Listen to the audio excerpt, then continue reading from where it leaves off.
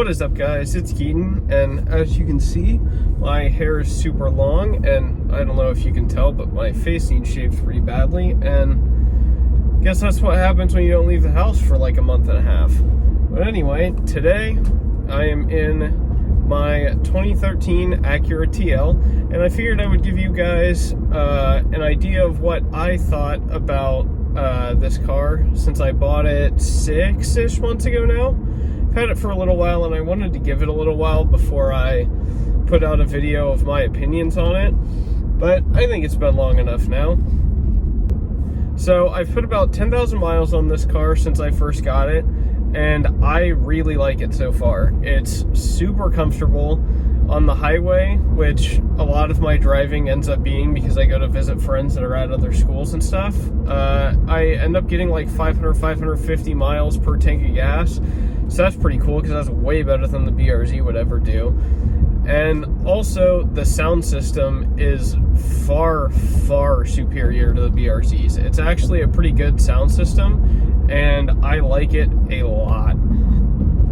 Beyond that, the car to ride in is much better than my BRZ, but also pretty much any BRZ. The ride is very smooth, but it's still like, it's very smooth, but it doesn't feel floaty, if that makes sense. So for that, I quite enjoy it. It reminds me a lot of the Honda Accord that I had as my first car. It reminds me a lot of just a much nicer version of that. This also has the 3.5 liter V6, and it is probably as fast to 60 as the BRZ. After that, I think it probably falls off a little bit, but it definitely gets up and goes well enough for me to never feel like I need more power, which is awesome for me because in a lot of cars that I drove when deciding what I actually wanted to get, a lot of them felt like they were too slow for me and that I would just end up wanting more power because I'd be flooring it all the time. And in this, that doesn't happen that often at all. So I really like it for that as well.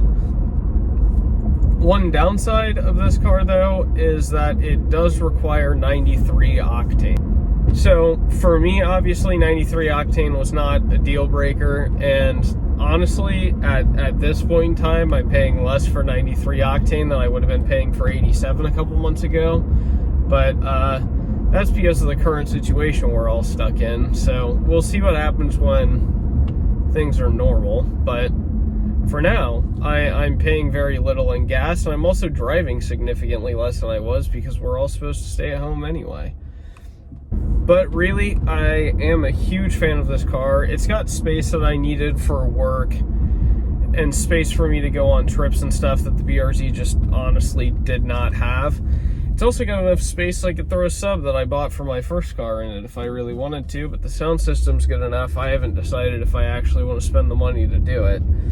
But to be completely honest, I haven't found that many cons with it yet. The one that, well, two, I guess, big cons that I found are that it's automatic, which with where I live, it is much easier to have an automatic. As much as it pains me to say it, it makes sense to have the automatic because I live in a suburb, right? And whenever elementary schools and everything are in session, the traffic around here can get really wild, and it can take me 15 minutes to go a mile.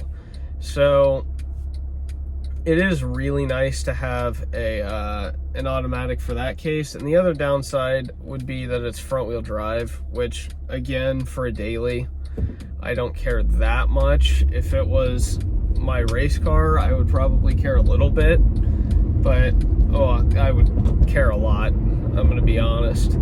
But for my daily, with like this car, I rarely notice it's front wheel drive because I'm almost never driving it hard enough to see the disadvantages of front wheel drive.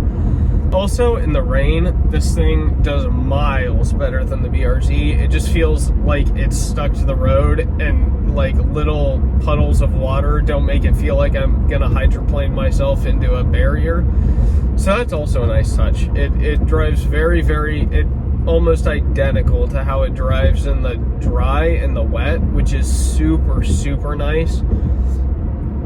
And I kind of forgot what that was like, because in the BRZ, especially on the stock tires, it was kind of a pucker moment a lot of the times when I would drive long distances on the highway and it was raining. So it is nice to not have to worry about that as well.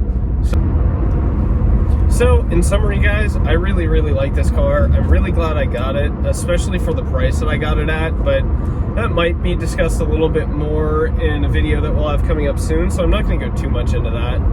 But yeah, I mean, even though it's automatic, even though it's not like a race car, I still really like it because that was kind of its purpose. I drive a lot for work, and I drive up to see friends at other schools pretty often.